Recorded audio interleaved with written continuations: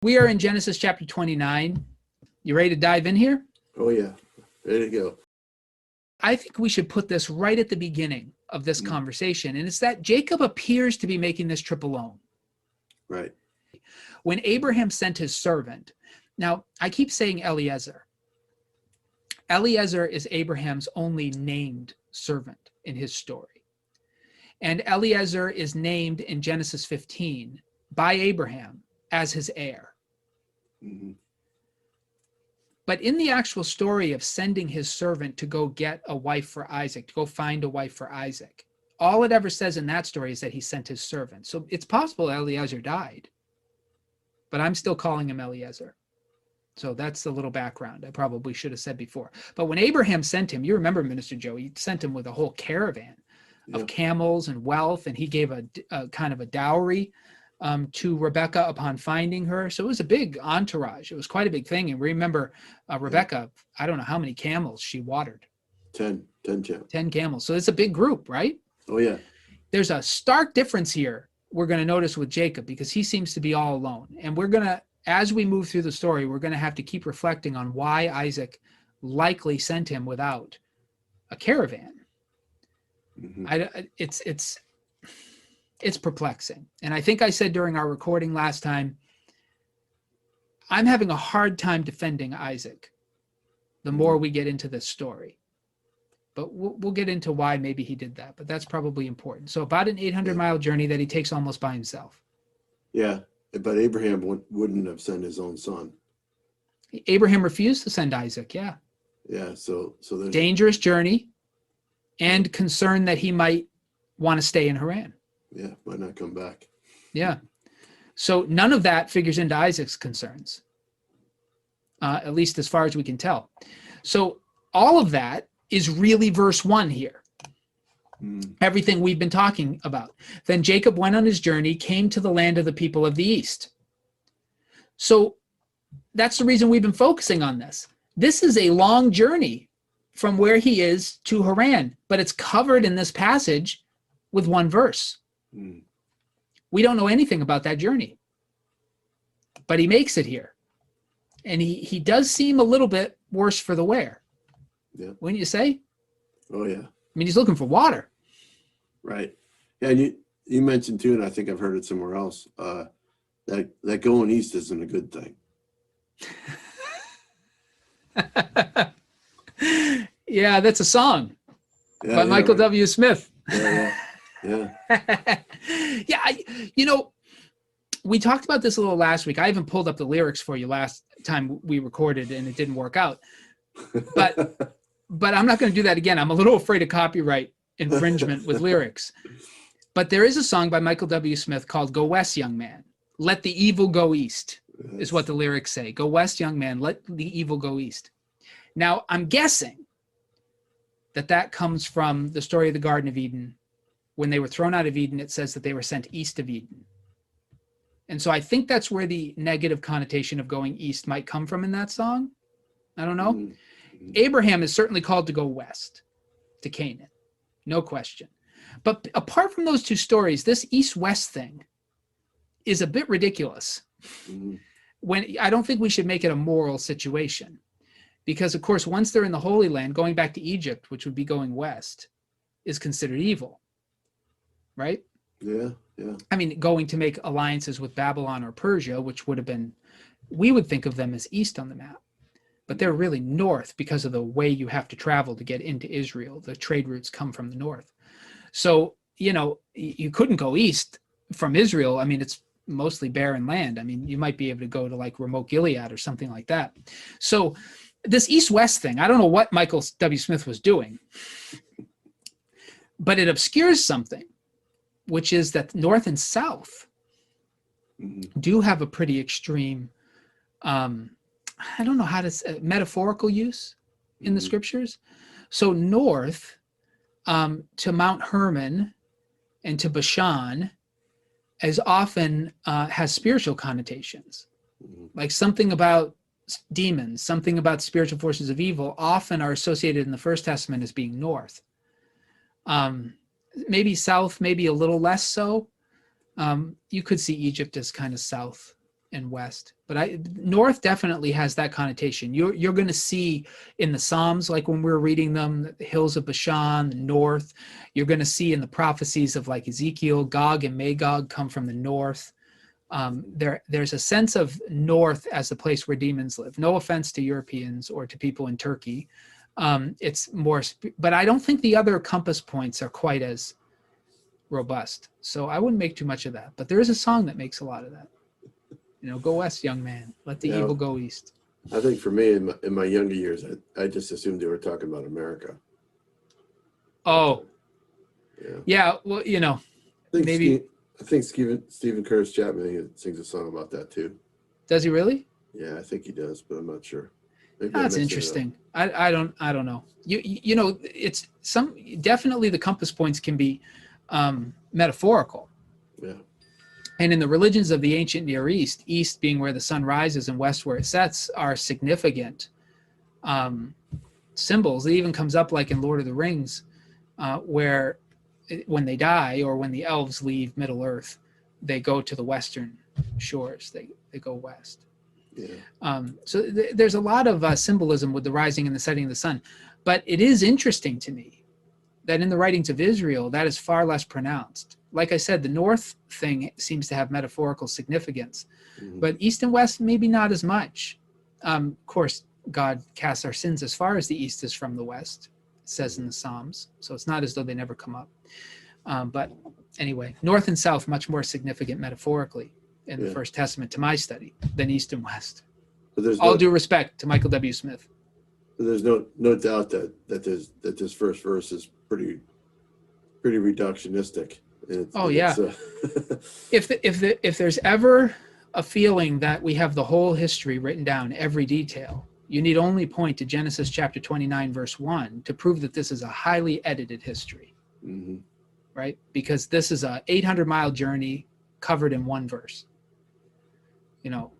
Only God knows what Jacob experienced between Bethel, which is the last place we saw him in the Holy Land, and Haran.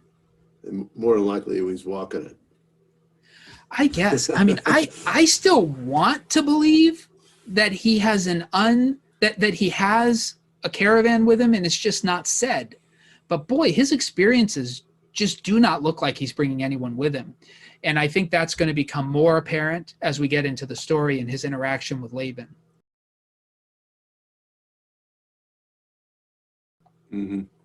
So here, let's get into the story. We'll read the first little part and see what we make of it here. So verse 1 is over, 800 miles covered in a verse.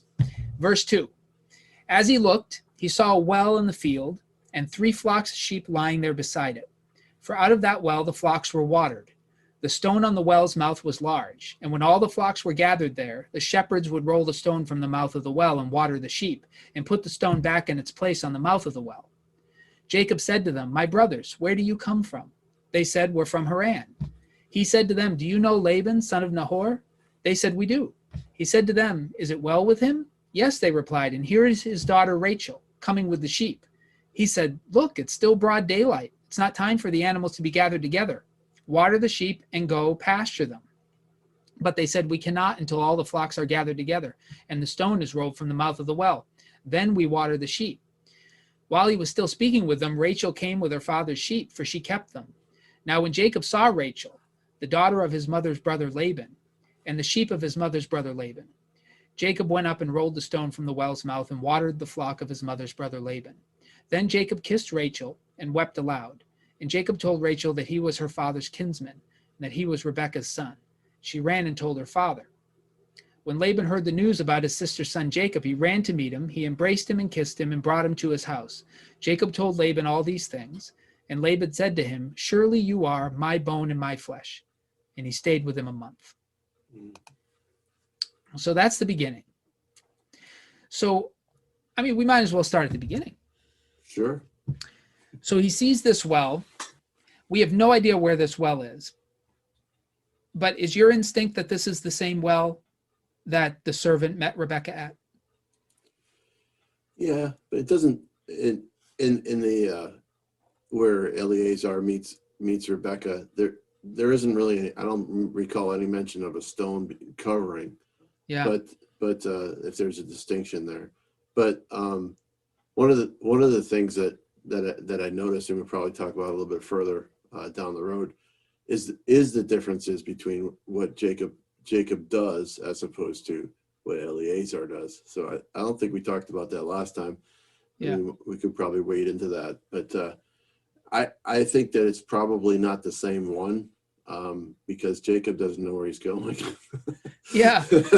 I mean, he's obviously close to Haran, but it seems to me in the story he's not 100% sure he's arrived at the right location. That's why he's asking questions, and we don't know how many other wells he asked these questions at, because we don't know anything about that 800 miles journey. So again, it just strikes you as nobody with him. He doesn't have any servants who help him do what he's about to do. But let's go into where you were pointed. So what differences do you notice here between Eliezer's approach and Jacob's? Well, the first off, maybe not so obvious, is his father sends him off, but doesn't send him off with the same kind of assurances that Eleazar had from Abraham, that of knowing that an angel went before you.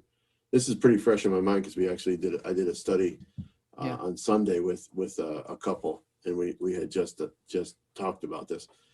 But the Lord sent an angel or a messenger ahead to should we say prepare Rebecca for Eleazar to come. So we don't see any mention of that or any type of prayer from Jacob or from Isaac for I mean, there was the blessing and the birthright thing, and you could say that was wishing him well, but not necessarily an actual prayer to find a wife for Jacob. Yeah, no, I agree. So, I mean, going all the way back, and this gets us back to the Isaac question. So going all the way back, there's a huge formal, almost ceremony, covenant ceremony, when Abraham sends Eliezer, right? He tells him what to expect. He tells him what he wants him to do. They make vows to each other. Abraham prays for him, promises him some things, and that includes the promise that an angel of the Lord would go before him. Right? We didn't know that, actually. You don't get that in the Abraham part of the story. That's what Eliezer later tells Nahor, that's what Abraham told him. So that's pretty formal. We get none of that when Isaac sends out Jacob. Right. I mean, Jacob's in a little more duress because Esau is plotting to kill him, but he's not in imminent danger, because what we're told is that Esau is going to kill him after Isaac dies. So it's not as though Jacob is walking around looking over his shoulder, like he'd be doing that at the funeral. But Isaac is still alive. So it's not as though Jacob has to get out of Dodge as fast as possible because he's going to be killed any minute. But Rebecca knows Esau's trying to kill him. So they kind of decide that he's going to go to Haran, mostly to get out of Dodge, but also because it's better for him to get a wife from there. So the text doesn't create an urgency, and yet Isaac sends him out without ceremony, without praying for him, without any of these covenantal things, and without an entourage, without a caravan, without a group of people to help him on the journey. So it's very, very strange. I still, and then of course you're getting also into the fact that Jacob himself is a very different character than Eliezer, because Jacob himself doesn't pray for guidance or any of the things that Eliezer did. So, and we've already seen that in Jacob. That's not a surprise, right? Because Jacob at Bethel kind of said to the Lord, if you'll take care of me, then you'll be my God. Like he's already negotiated, right? So Jacob is a very different character. We talked about that in our last conversation. So I just want to you've pointed this out, and I think it's really important. I think that the way Isaac sends out Jacob is a reflection of Isaac's relationship with Jacob. But what do you think? Well, I think that, I guess as a father, I would want to think that Isaac would have done better by Jacob if it was more along the lines of, I think I don't think Jacob took the time to even talk to his dad about it. there was that strain. I think there's also that maybe if there's any kind of generational strain that maybe Isaac had with Abraham, is probably reflected more in his relationship with Jacob. If there's such thing as generational strain, I know that whatever, doesn't matter. It seems as though. Yeah, I mean, you're talking family dynamics there. Yeah. That sometimes the dysfunctional kind of relationship between parents are passed down to children. And it's very difficult for us if we don't critically think about what we're doing and why we're doing it. It's very easy to just fall into patterns that translate over time. Mm-hmm. The way a father interacts with his son, that son interacts with his son, that son interacts with his son. And you tend to watch the same dynamics follow through family lines. Now, things can happen to disrupt that. But we definitely see an interesting relationship between Abraham and Isaac. Abraham clearly loves him, but that sacrifice on Mount Moriah does something, because after that experience, we don't see a lot of interaction with Abraham and Isaac. Mm-hmm. Prior to that, maybe a little bit more so. We actually, if you just look at the way the narrative is told, Abraham does more lobbying with God on behalf of Ishmael than he ever really prays for Isaac. But that might be because Isaac had the promises, maybe not read too much into it. But there is a sense here that Isaac, his relationship with his sons is far from ideal. Mm-hmm. And he likes Esau better. He was intending to give Esau the birthright and the blessing, even though I suspect, and I think you're with me on this, that he knew he shouldn't. Mm-hmm. And I think Rebekah rescues him by plotting to deceive him, and I think Isaac is willing to be deceived, but he still blames Jacob. Mm-hmm. He's still angry with him, and I think that's behind how he sends him out. I don't know. Part of me wonders if Isaac is kind of one of those dads here that's saying, if the Lord really wants you, let him take care of you. Yeah, or giving him basically the Abraham treatment of being sent from Ur with probably pretty much with nothing into Canaan. It's almost the reverse. Though Abraham takes servants and stuff with him, even Abraham is not really alone the way Jacob is. This is pretty, I think, unprecedented. This is more similar to what Abraham does to Ishmael. Yeah. But even Abraham gives him gifts. Right. Where are Jacob's gifts? Well, maybe he had some provisions, but we just don't get a lot of that story. Yeah, we don't get that information, but it may be part of. Let's just think of it this way too. It may be part of the process in which God had to work in Jacob's life in order for him to have that experience. If he had that entourage, maybe he wouldn't have had that experience at Bethel. I'm willing to grant that Jacob, it worked out. God used it. But you're not going to get Isaac off the hook with some idea of sovereignty. I think my quick excuse for Isaac was he didn't get the chance to. Yeah. That might be lame, but I think. No, I mean, there's a little bit of get out of here because your brother wants to murder you. But like I said, Esau's plan is to murder him. We're told in the text is to murder him after Isaac's funeral. So unless Isaac was on his deathbed, I don't see what the rush was. Yeah. But he definitely didn't give him the dowry. I mean, there is no nose ring. Yeah, he doesn't give Rachel anything. In fact, we're going to notice that he has to work for her. Yeah, he just gives her a kiss. That's about it. Though maybe Jacob took a very long time to get there and spent everything he was sent with. Yeah, we talked about that last time. I think that's probably the case. Yeah, and he ends up there with nothing. Nothing. So who knows? There's a lot not told us in this story, but obviously what is most important are the details that were given.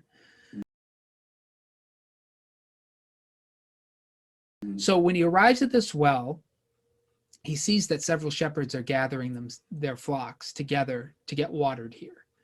So it's a well that's well trafficked. Mm-hmm. So he knows he's near a major settlement anyway. Mm-hmm. And he asks the questions, where are you all from? And they say they're from Haran. And then he knows he's in the right place, mm-hmm. right? So then he asks about Laban. And they say they know him. And they say, in fact, that's his daughter coming with the sheep. Now, what's unusual about that? Yeah, Well, it's very unusual because it's like it's a woman leading the sheep, Yeah. and Now, we would not say that women can't be shepherds in our day. Women can do anything, but in this culture at this time, it's pretty unusual for a woman to. That's a very dangerous job. yeah, To be going out and taking care of the sheep. It's not only physically very taxing, but it's dangerous. right, Thieves and brigands and wild animals, all right, kinds of things. You remember the stories of David and trying to watch sheep in these areas. yeah. And he faced a bear, he faced a lion. It's not exactly a role for the timid. And in this culture, women were more likely to be at home. And if Laban had had a son, this would have been who would have been watching these sheep. Mm-hmm. So the presence of Rachel, well, tells us something about her, maybe about her strength and her ruggedness, but also about her place in the family. Mm-hmm. And then it also tells us something about Laban. He likely doesn't have sons. Do you agree? Oh yeah, yeah. Yeah, there's no mention of sons at all later on in the text, but you would have think that the shepherds would have mentioned the sons if he had sons. Right. But part of me thought for a moment that maybe these other shepherds that were waiting there were waiting for Rachel to give the okay for the well to be used. Yeah, it could be because they're indicating that until all the flocks are gathered, they're not going to use that well. Yeah. So I don't know what these rules are. This is a cultural thing that I tried to do a little research on it. I don't know what this cultural thing is. Maybe it has to do with Laban's status in the community and they have to wait for his flocks to be gathered. That's possible. It also could just be possible that none of them had fully gathered their flocks. Mm-hmm. And so none of them were ready. I don't know who was supposed to move that stone though. None of them seemed to want to do it. Or they were asking her to do it. Yeah, that's interesting. Yeah, I don't know. So she might have had the key for it, I guess. So we're given that detail that Rachel didn't only just come with her father's sheep, but the added detail in verse 9 that she kept them. So she is the shepherd. Right. So like I said, that might show her status in the family. I imagine this means that she's the youngest. Mm-hmm. That's at least the case in the David story. He's watching the sheep because he's the youngest. She also may be the least favored, but it also increases her value to her father because he doesn't have anyone to do this, and she's the one who's learned how to do it. So it's interesting what's going on there. But Jacob, for some reason, when he sees her in this very kind of low status position, at least in her household, doing work that would more typically be left to sons, he's drawn to her. Mm-hmm. Like he finds her quite attractive. How do you make sense of that? Well, I think we may have talked about it before in previous videos, not the one not more recently, but essentially that Jacob spent more time around the home, and that gave us the impression that he was probably taking care of the sheep at home, taking care of the animals at home. So there's a similarity, I think, of them both being the youngest. There may be some similarities there that he could identify with. Oh, here's here's a and that we think of Esau as being this buff kind of hunter, kind of manly man kind of thing, but in reality too, I mean, there's this idea those who took care of sheep had to be pretty tough characters too. Oh yeah, shepherding is not for the faint of heart. I remember you and I both knew a shepherd in a previous church that we worked in, and he was a rugged guy. And I watched a video of him shearing a sheep, and the brute strength that was required for him to hold that thing in position while he sheared it. This is no job for the weak. Right, yeah. So the idea that Jacob, because he stayed at home and was more of a shepherd, that made him a mama's boy, people are reading all that stuff in. I mean, this is a different culture, and all of these jobs required work. Mm-hmm. The difference is Isaac just really appreciated Esau's adventuresomeness, his hunting, somebody who just went out into the wilds. That's what he liked about him, but it's not that Jacob was somehow weak. And certainly Rachel here, if she's able to do this is a strong woman. Yeah, physically strong and emotionally strong too, because she's going to have to face mostly other male shepherds Right. in defending her flock, and then who knows what kind of animals. I'm sure she definitely had a Peloton machine. Yeah.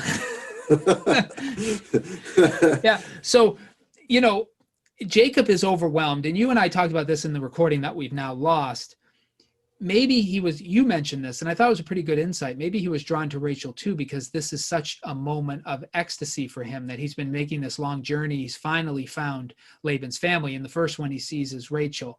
And he may have, we talked about Isaac really liking wild game, maybe because of that ram that saved him on Mount Moriah. Mm-hmm. Who knows? This might have been the sweetest water Jacob had ever drank, and the most beautiful face he had ever seen after an 800-mile journey. And now he's finally arrived. So that moment could have been part of the allure. Sometimes you see the oasis, and I can just see Jacob being filmed in the stars, surrounding her in the halo and the water, and he's going, So it could have been love at first sight too, because of the moment, Yeah. Yeah.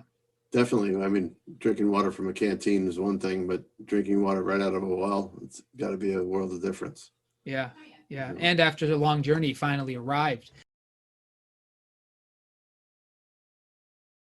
And he stays there for a month. So again, this story is full of long periods of time that are not narrated.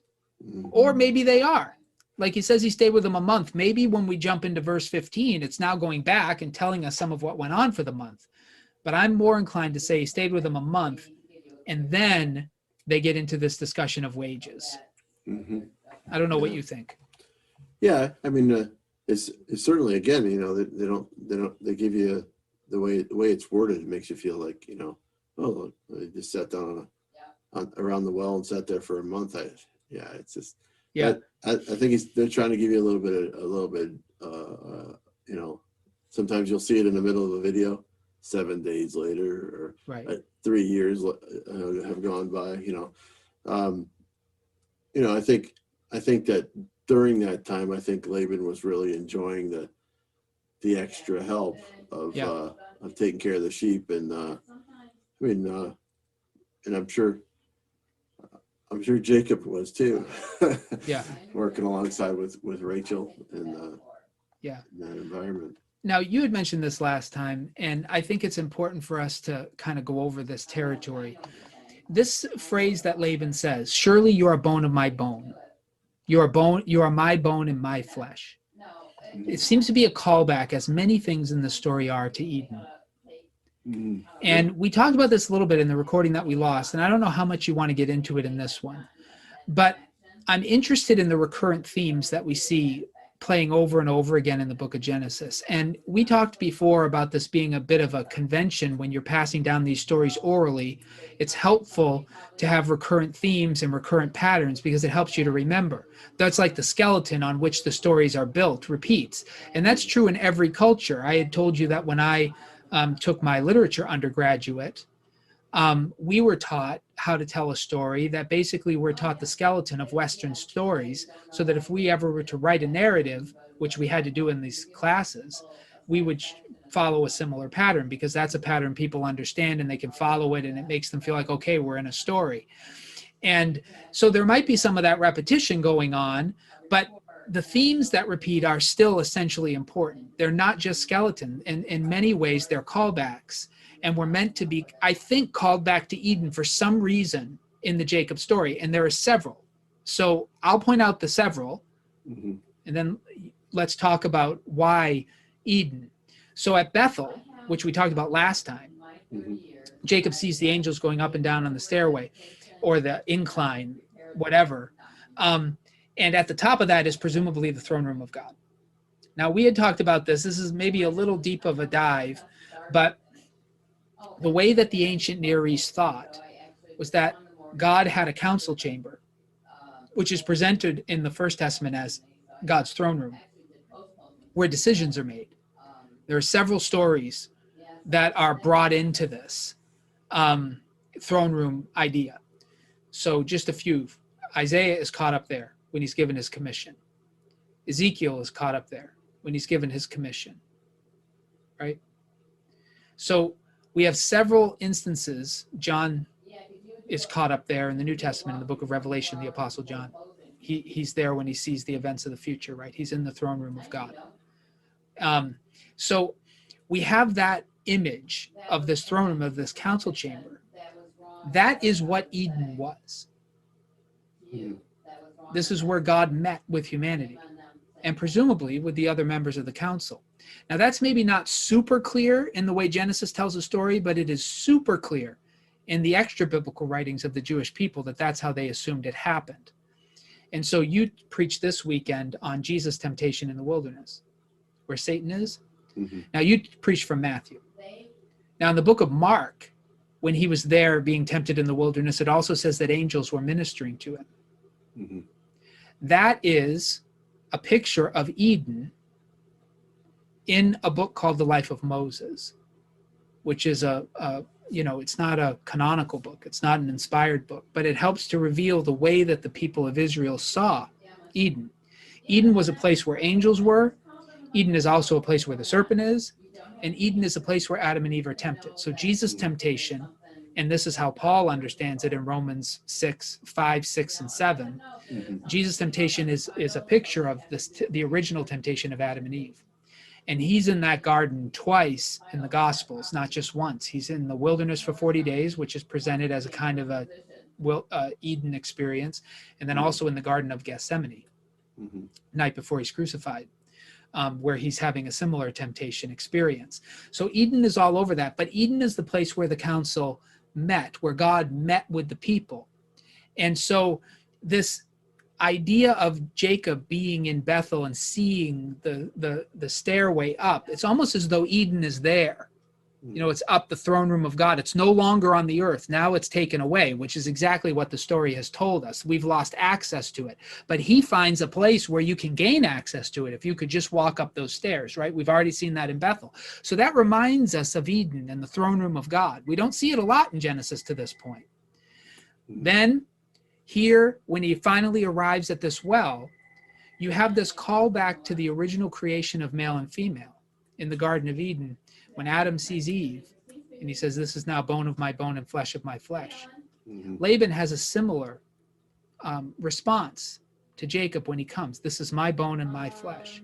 Mm-hmm. So the question is, why does the writer, Moses, traditionally of Genesis, want us to see in this journey of Jacob from Beersheba to Haran and to the establishment of the family? Why does the writer want us to see, and I think God's behind it, Eden? Why does he? Jacob's journey is almost retracing the steps of Adam, maybe more so than retracing the steps of Abraham. Yeah. Well, it's important to remember that these cycles that you're referring to are something you could see almost in Abraham. It's like Adam and Eve were the first two, male and female. I mean, they're the first relationship, the first opportunity to serve God. You see a reoccurring in Sarah and Abraham, and God again is it's almost like here's another starter. They're going to make the same mistakes, the same things, the same similarities, and you see almost a stepping point in some ways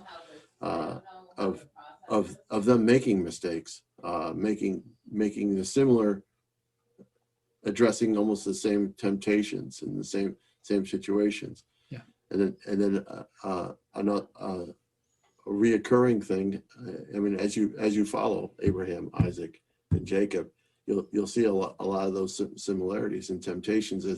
And I think when you get to the situation with Jacob and Rachel, you're beginning to see more choices being exposed, or more things being exposed that they're trying to change, or maybe trying to change. And those are probably what we could probably say from our perspective, teaching points and maybe I don't know, let the air out of the balloon too fast with that one. I don't know, but a little squeaky sound. Yeah. But the fact that it's coming from Laban, I think is kind of foreign, or more foreign to us, and probably, to answer that more directly, seems to be more reflecting of the aspect of the realization of Laban's relationship with his sister Rebecca, and the identification of Jacob's behavior. I think we maybe talked about this before. That's probably why it's coming to me this way. The relationship, or the image that of Rebecca seen in Jacob, Yeah. what he does. And we talked a little bit about that before. You're probably going to talk about it more. I'll give you a chance. Yeah. Yeah. One of the things that I think I want to, I don't know how far to push this. I don't know how good a theologian Laban is. But there's a sense in which Moses wants us to see the Garden of Eden. And there's a sense in which Laban is going to take the Garden of Eden to his own advantage. So why, there is no question in my mind that for Moses, traditionally, for the writer of Genesis, and the reason I keep saying it that way, just for our listeners, is not because I doubt that Moses wrote a good portion of the Torah, but we know that some of the books of Moses were not written by him. Like there's a section of Deuteronomy that is written after Moses goes up to the mountain to die. So we know that somebody else has hands in it. We also know that some of the place names have been updated that were not the names of the places in the days of Moses. So I think most of this probably came with Moses in skeleton form, but there clearly are other prophetic editors who have worked on the text over time. So that's all I'm saying. But I take the root of the story to be Moses. I have no problem with that, though some scholars do. But traditionally, this is Moses.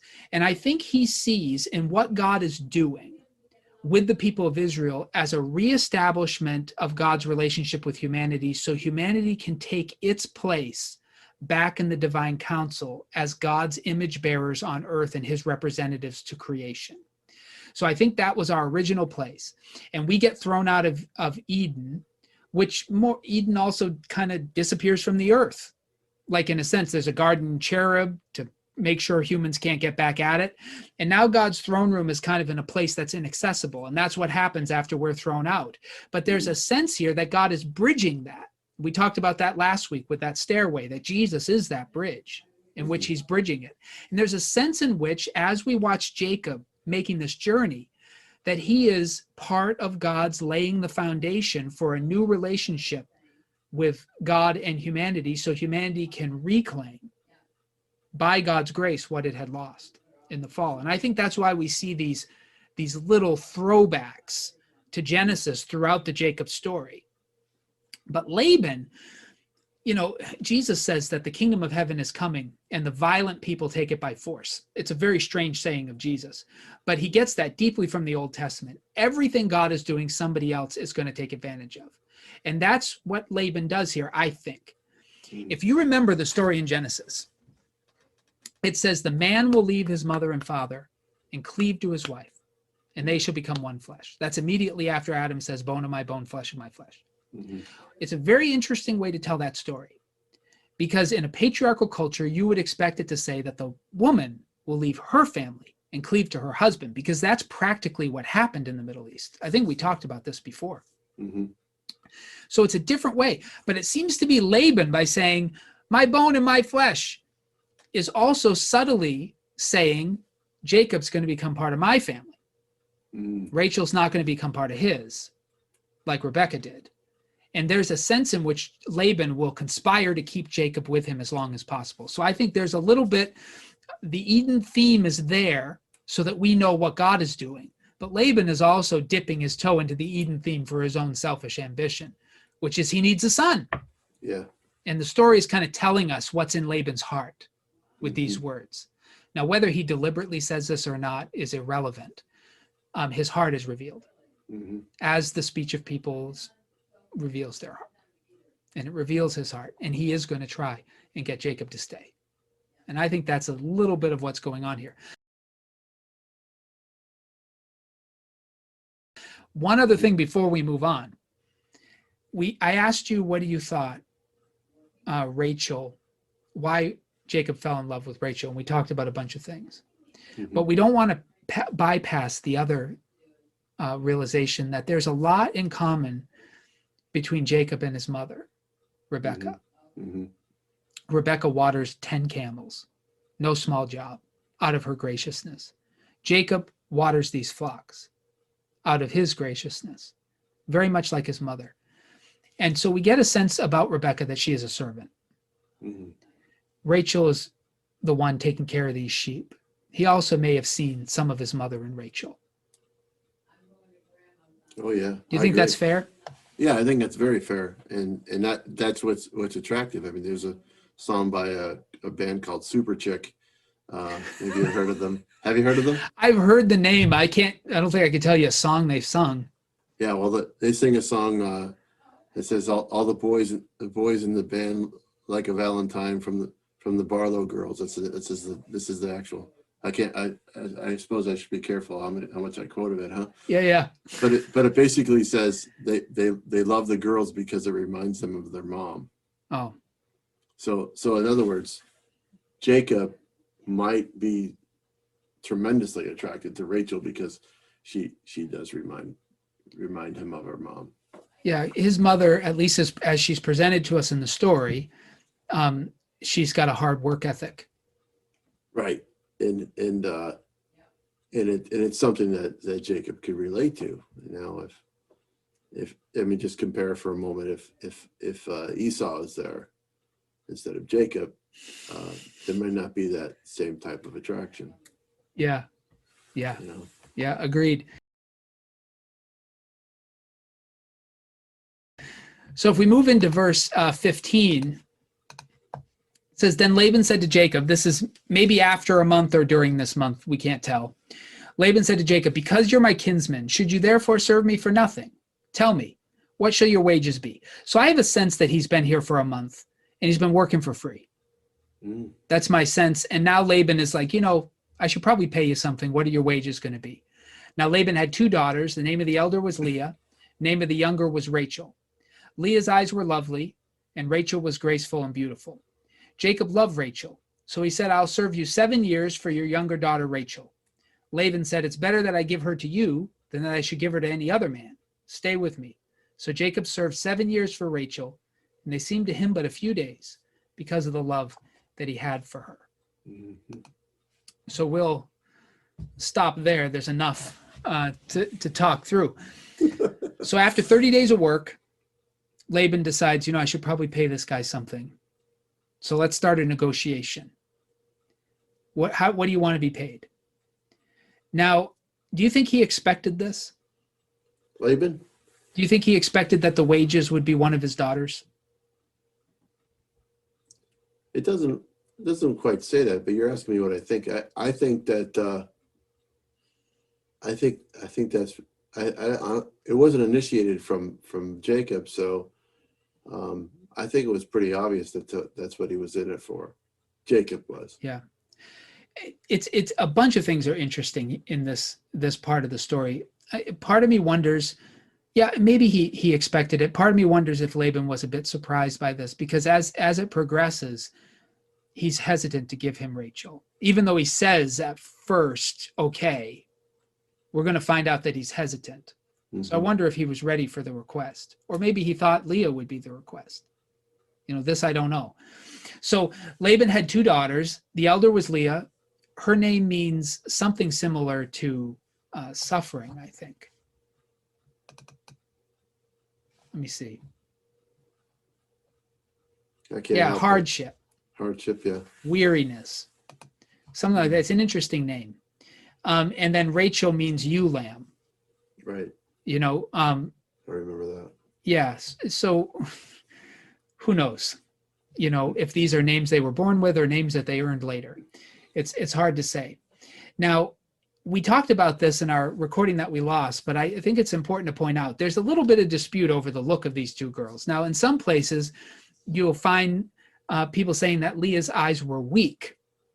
Mm. Some translations say that. I remember growing up with, I think the NIV says something like that, that her eyes were weak. But we can look that up while we're talking. Mm-hmm. But that might be an unfair translation. You notice Yeah. mine says lovely. Lovely. I'll tell you what the NIV says here. I'm looking fast, see if I can get it faster than you. Leah had weak eyes, is what it says in the NIV.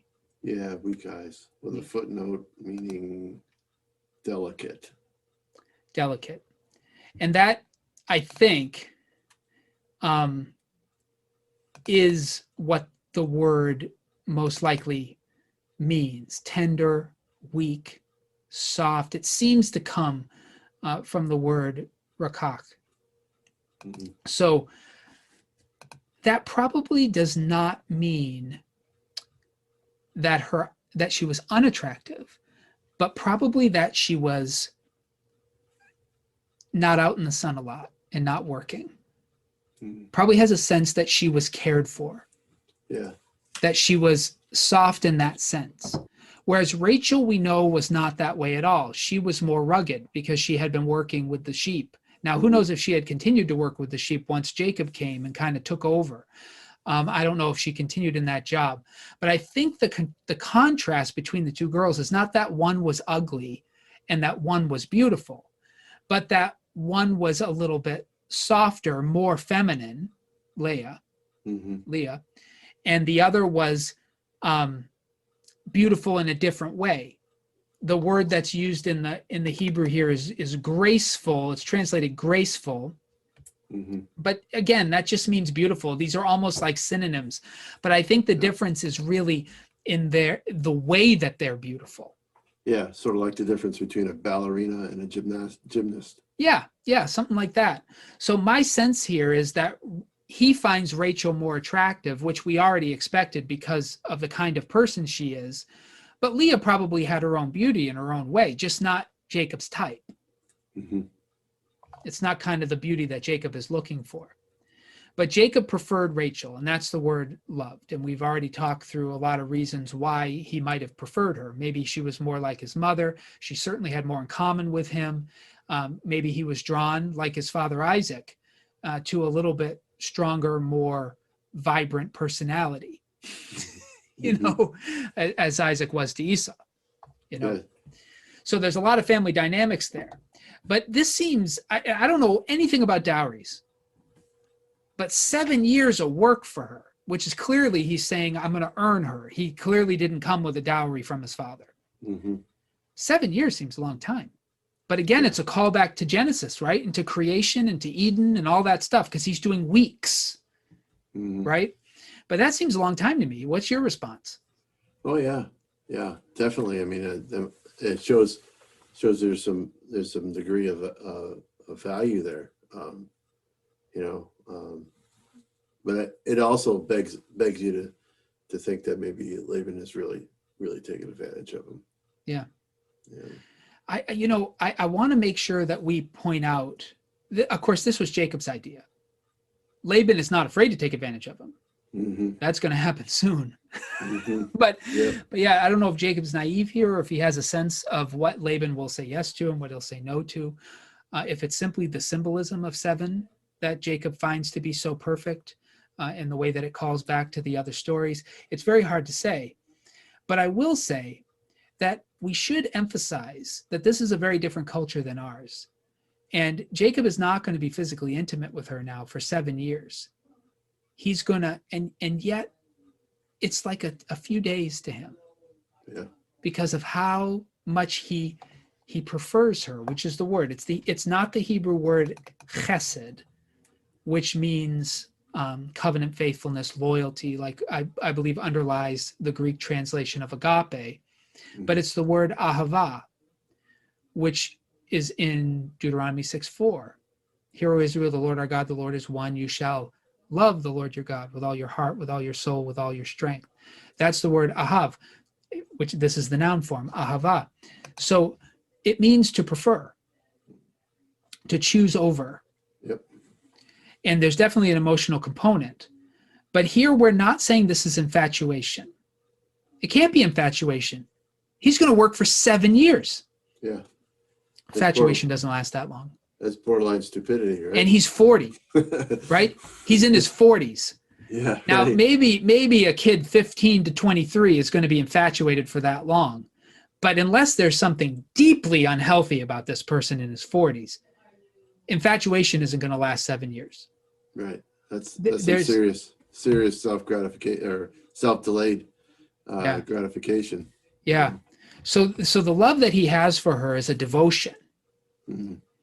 This is the woman he wants to marry. He's willing to do whatever it takes, and he's willing to work 7 full years for the right to marry her. And they probably would have been kept very much apart in this culture. Men and women are not frequently mixing. Mhm. So for 7 years, it's just the hope of marrying her that's held out in front of him, and he works for that. It's a remarkable amount of. This is the one thing you can say about Jacob. He has a lot of stick-to-itiveness. Mhm. There is not a lot of quit in him, and we're going to see that throughout his life.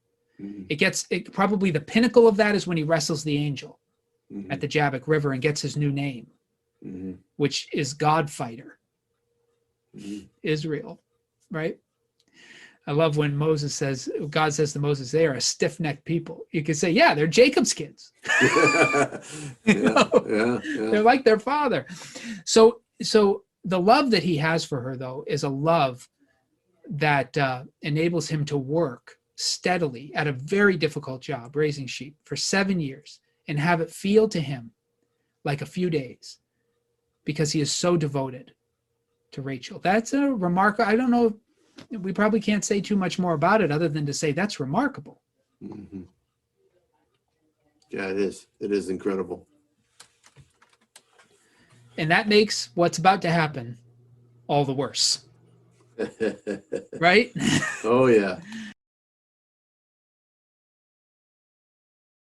Oh yeah. So then Jacob said to Laban, this is verse 21, give me my wife that I may go into her, for my time is completed. So he wants to get married, consummate the relationship. So Laban gathered together all the people of the place and made a feast. But in the evening, he took his daughter Leah and brought her to Jacob, and he went into her. Laban gave his maid Zilpah to his daughter Leah to be her maid. When morning came, it was Leah.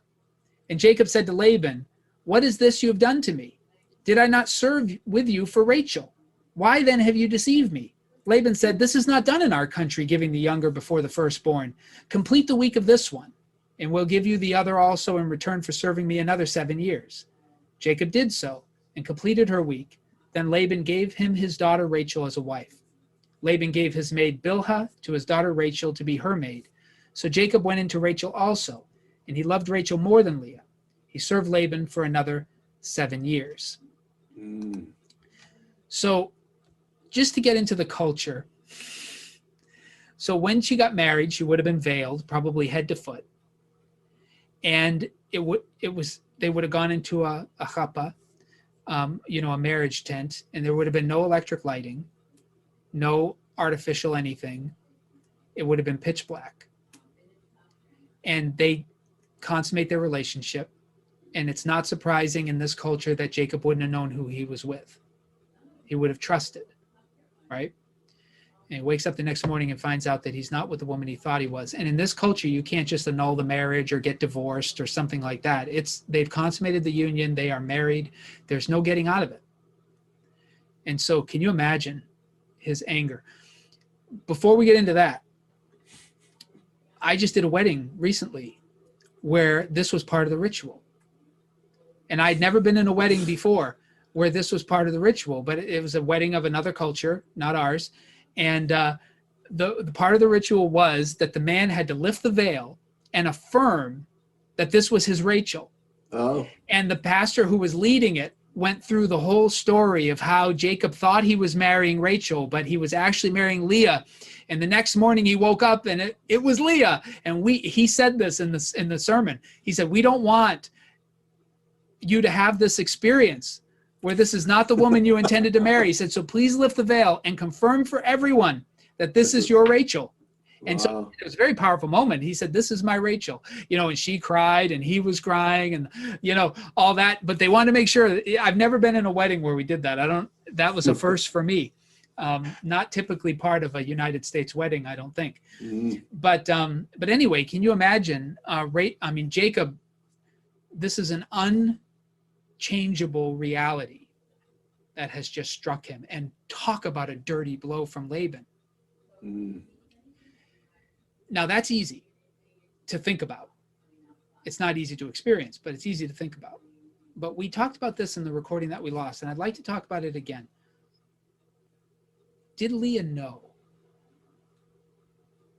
that Jacob was being deceived? Did she know that his intent was to marry Rachel and that she was being forced into this apart from his knowledge? Do you think she knew?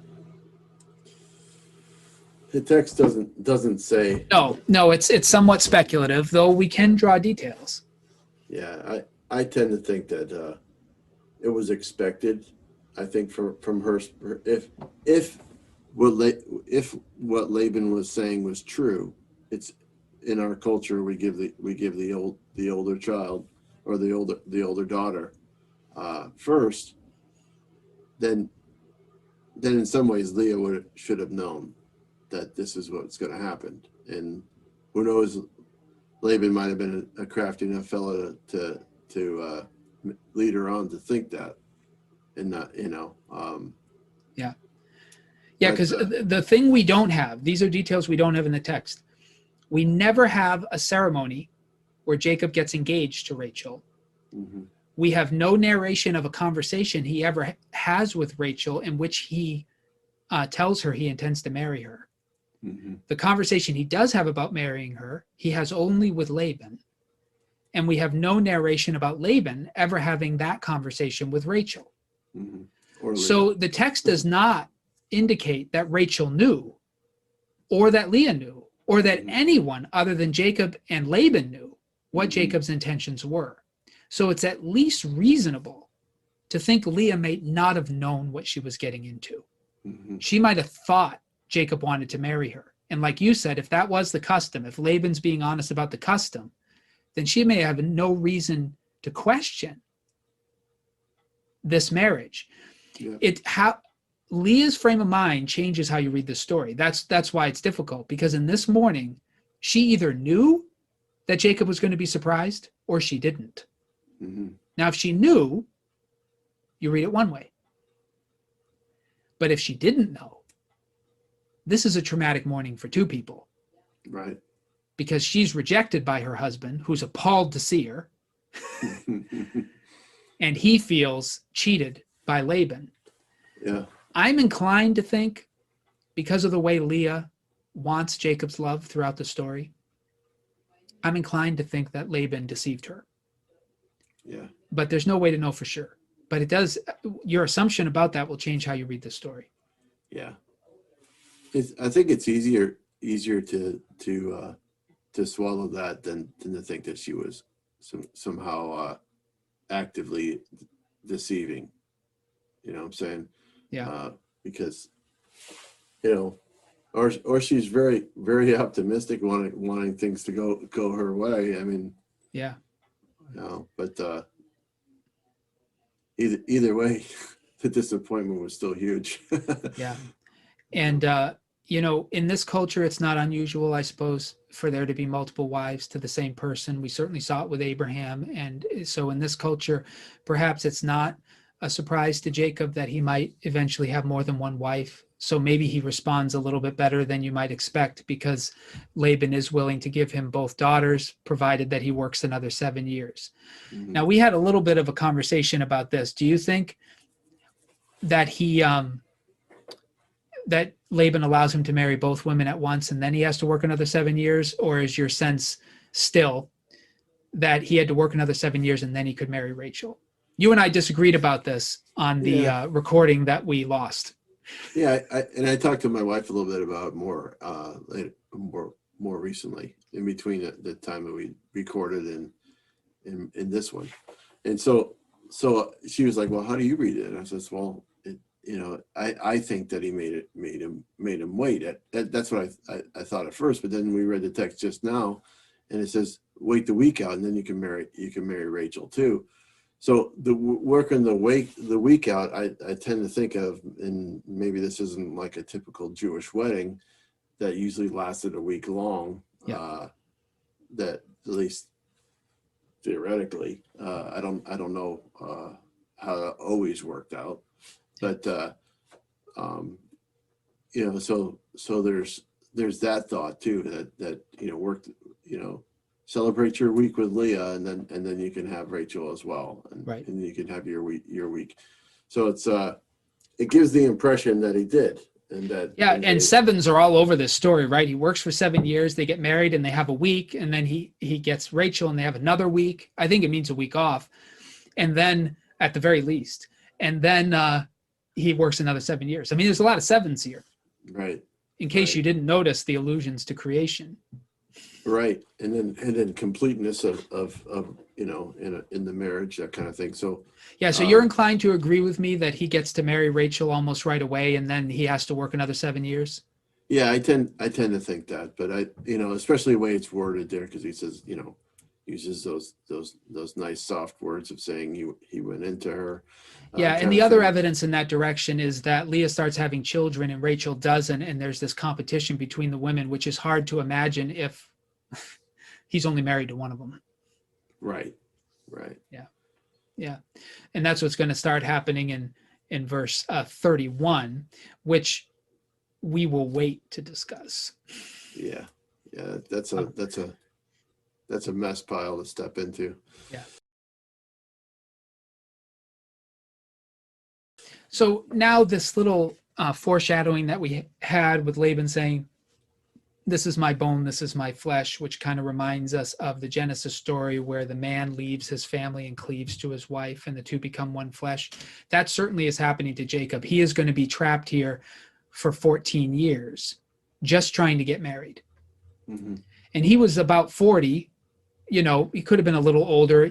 Time seems to be slightly edited in these days, but he's at least 40 in the way the stories are told, but he's at least 40 years old. So we're talking now he's in his mid-50s by the time he finishes this amount of work. And even then, Laban doesn't want to let him go. So there is a sense that Laban is hoping to get Jacob as a permanent employee. Yeah, and I think this, just to shoot down the road a little bit in the chapters, we tend to see that Jacob kind of builds kind of a shepherd coalition of people working for him. Yeah. So he's not all by himself anymore either. He's quite the entrepreneur.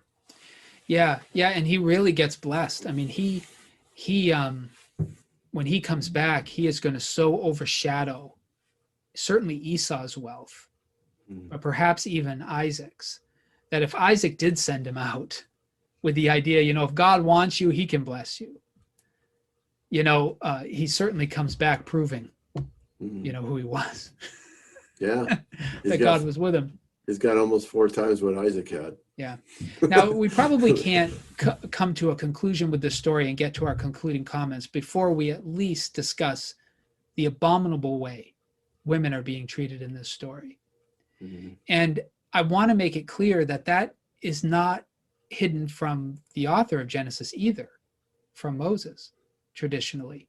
Because once the law is given at Sinai, the marrying of sisters becomes illegal. Mm-hmm. So what Jacob does here, what Laban does to him, will eventually become illegal in the law of Sinai. And then by the time we get to the New Testament and the revelation of Jesus, that marriage in God's original intention was meant to be one man and one woman, which we see in his discussion of marriage in Matthew 5 and in Matthew 19, that the two should be bonded, should be one flesh. That teaching becomes so powerful in the New Testament that when Paul begins to lay down rules for who can be a leader in the church, he requires men to have only one wife if they want to be elders or deacons in the church. So we're on a trajectory away from this stuff. It's clearly not God's ideal. Mm-hmm. But we should at least observe here that the women are being treated like property. And the two primary players here are Laban and Jacob, who are negotiating over these women's lives. I do want to point out that the Bible eventually course corrects from that. But it's important to realize that God starts with these people where they are culturally. And he slowly works them out of it. But Rachel and Leah have a pretty bad situation here. And it's only going to get worse as the two now have to vie for Jacob's love, which is a terrible situation to be in, and a repeated one throughout the stories, because we have multiple wives where one is loved more than the other several times in the story of Israel. and it's never a good situation. And God always seems to have favor on one or the other. Mm-hmm. Yeah. I don't know what you want to say about that. I just want to mention it and make sure our people recognize the trajectory from here to where eventually Jesus takes us.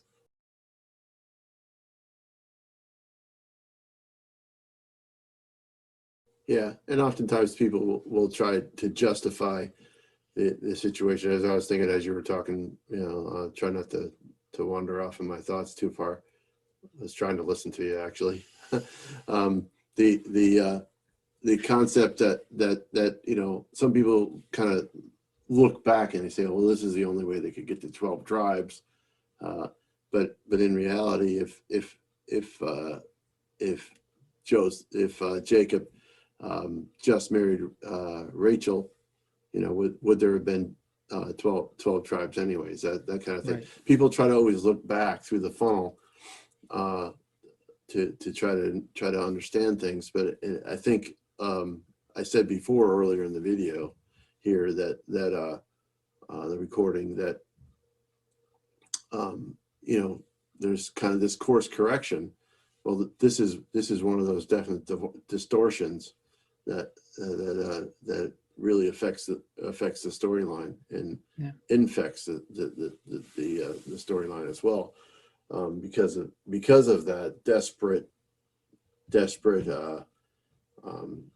thing that we see in Abraham and Sarah. We see it also in Isaac and Rebecca. There's a desperation that pushes people, even as Lot and his daughter. So there's a sense of desperation that forces, or people respond to that in a negative way, and it causes more distortion from that coil or reback of telling the story. So there's a sense that here, obviously women aren't treated properly. Jacob wasn't really treated properly. And Laban, I think he was trying to do the best he can. So we can make excuses for everybody, but cultures are cultures, and most people are, all of us. A culture is like white noise. I remember, I'm not going to remember the guy's name right off the top of my head. Foster, I think is his last name. But he did a lecture that was pretty popular. It was like I think it was a commencement address. Richard Foster? No, I might be wrong. Somebody will be able to tell us, and once I tell the story, somebody will recognize who it was. I'll remember something David Foster, I think. But anyway, he told the story of these two young fish who were, swimming and just going along enjoying the day. And an older fish swam by and said, "How's the water?" And the younger fish looked at him and said, "What's water?" Mm-hmm. And his point is that we're often completely ignorant to what we're swimming in. Mm-hmm. What is water? I mean, what is air? This is just our experience. And so they're swimming in a cultural stream here that most of them are ignorant about whether it's right or wrong. Now, what the scriptures reveal is that God oftentimes condescends in his law to what the people can actually do. And so we find out through Jesus that some of the laws of Sinai are not ideals for God. They were condescensions to human weakness, like the willingness to allow people to get divorced. That's a specific one Jesus addresses and says that's not God's ideal. That was done because you are hard of heart. So there's a sense in which God does not transform the culture immediately, but slowly leads people out. And the treatment of women here is somewhat corrected in the law of Moses, largely corrected by the people of Israel as they live out of the law of Moses over time. And then in the New Testament, now there's no male or female in Christ. And there is much greater equality in terms of treatment and destiny and sense of identity. So, but you can still see some of the kernels here, even though they're being treated poorly. We also have noticed in these stories in Genesis how important the women are to the future spiritual survival of the people. So Abraham wants to make sure that Isaac gets the right wife. Rebecca wants to make sure that Jacob gets the right wife. And these women strongly influence their children. And the idea of the importance of women to the upbringing of the next generation and to the survival of the family, they are treated in the language of law and in the language of the prophets as way more important than simply possessions, even though the culture saw them more as possessions. Mhm. And eventually, it's not surprising that when we get to the New Testament, we get that wonderful statement that in Christ there is no slave nor free, Jew nor Gentile, male nor female. Mhm. These are the great divisions of the ancient world, which are healed in Christ. You can see a little bit of that here, because the importance of a woman in raising the next generation and preserving the family and the influence she would have on her husband is pronounced in these stories. They are aware of that. And yet they're in a culture that diminishes that. It's an interesting dynamic. Why God let the culture get to that and why he didn't course correct it immediately, that's for him to say. Mhm. All we can say what he did. But I didn't want to end our conversation today without at least recognizing that the treatment that Rachel and Leah receive in this story, by the time of the New Testament, would be considered immoral. Mhm. Even in the law of Moses, it would be illegal. Just Yeah. a few centuries later, Right. by the time of the New Testament, completely immoral. So we're on a trajectory here, but we should at least mention where we're starting. Right. Right. Yeah, this is not the ideal. This, Yeah. So you should be pretty clear that if you are going to make an offer to take someone's hand, don't make it over a business deal over 7 years. That's not the way to go. Yeah, not the way to go. And I still think that the person who gets the rudest awakening on that morning is not Jacob, but Leah. That's my read of it, especially the way that her life turns out. She has many children. We'll get into that, and the Lord blesses her with that. But she wants her husband to love her, and she just never gets that from him. It's not a good life. And so the Bible does not present it as a good life. Yeah. Right. Yeah, it's one of those tragedies. Yeah. But as you said, and I don't want to miss this because you kind of said a few things, and the first thing you said is important, which is some people will look back at this and say this had to happen so that God could get 12 tribes. Mhm. But again, it does not have to happen Mhm. this way. If God wants 12, it can happen in a righteous way. Right.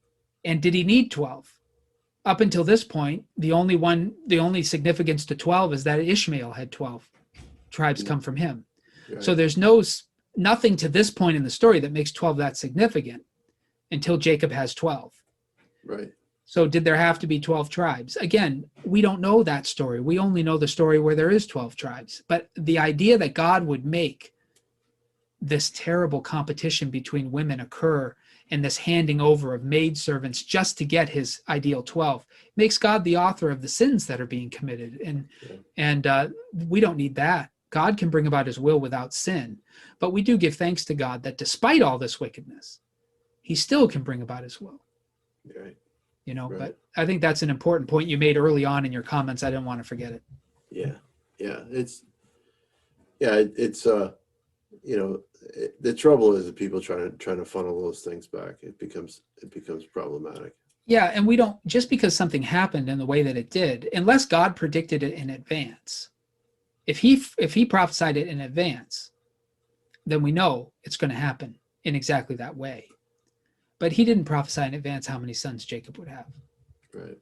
Even in the book of Exodus, we're going to get into that in our reading together. He at one point says he's going to destroy those 12 tribes and bring the promises of Abraham through Moses alone. Now, Moses dissuades him from that, but there would have been nothing in the promises of Abraham that he had made to Abraham that would have prevented him from doing exactly what he said he was going to do with Moses. There's no requirement in Abraham's promise that his grandson had to have 12 children and God had to make sure all 12 survived. Right. That's a whole different ballgame. So, yeah, we can have this tendency to think that because things did happen a way, that they had to happen that way. And that's very natural because you and I can't change the past. Right. But you do need to have a little trust that God did not need evil for the good that came from it. Right. He can bring good from evil, but that doesn't mean he needed the evil. Things could have been better. Yeah. had we made better choices. Yeah. My daughter had to watch a movie for school recently, and I can't remember the exact name of it, but is about this politician who didn't make it until he started preaching or coming across as saying that only good can come from evil, and it changed his whole persona, and people liked him when he started using that mentality, but it ultimately destroyed him. Yeah. So well, it depends on the evil. I do think that I wrote a book in which one of my propositions was that God did intend the world to be dangerous, and that suffering is part of the creation. I think it got worse because of sin, but I don't think sin created the difficulties entirely. And I go into the biblical reasons to believe that. But evil, if you just mean suffering or difficulty or challenge, then I think good does always require that struggle. mm-hmm. But usually when we use the term evil, we're talking about moral evil, the kinds of things Jacob is doing and Laban is doing to these girls. And that's a different kind of evil. That evil God doesn't need. Mm-hmm. But certainly suffering and trial and difficulty is necessary for character formation. Mm-hmm. But it's one thing to suffer, like the way that a weightlifter suffers to build his muscles, or the way that you or I suffer to learn a skill, or the way that we have to eke out a living and constantly have to choose whether we're going to do the right thing or the easy thing. That is necessary for character formation, but moral evil is not. Mm-hmm. Moral evil, God doesn't need that. I don't believe he needs that. The way he talks about it is that it's always an intrusion. Mm-hmm. Yet he can still bring good even out of moral evil. But for us to say that he needs the moral evil in order for the good he brings, I don't think that's biblical at all. Mm-hmm. I think that does damage to the character of God. It's easy to think that way. I think of it as lazy thinking. But I think it has devastating consequences. Right. If you let yourself follow that track. Right. Yeah. But anyway, we're Wesleyan in the Wesleyan Arminian tradition. So of course you'd expect us to say that. But this is one of the reasons I'm in this tradition. Mm-hmm. But again, if God, like when he says to Pharaoh, we had read this as a group together, it's still future in Genesis, but past for thus doing our Bible reading. Mm-hmm. When God says he's going to harden Pharaoh's heart, I do believe God, sometimes Pharaoh hardened his own heart. But I think more or less what God's saying to Moses is, if Pharaoh ever is inclined to let the people go, I'll make sure he doesn't. Mm-hmm. And so in that way, God does harden him. I'm not saying God can't do that. I think he sometimes does, but I do think it's rare and always for a better purpose. But that's a different story. Yeah. Yeah. So final words, Minister Joe, as we conclude Jacob's arrival in Haran and his working for Laban and his marrying now of both Leah and Rachel. Takeaways. How do you want to conclude this from your perspective? Well, I would definitely encourage you when you're going to make decisions. If we can just make a generalization like this, going to make decisions about your future or what you're going to do, either it be to find a mate or to just for future in general. I would encourage you to use more along the lines of the story, that part of the story of Eleazar and Abraham, and then with the realization that there are some limitations to both of those storylines, but emphasizing the fact that there was a connection with asking God to go ahead and to ahead of the situation, and then to actually pray and ask God to give you some signs about what you're going to do. This is almost like decision making. I'm not just trying to say just about marriage, but there's general ideas here. And then on top of that, search your hearts when it comes to making decisions about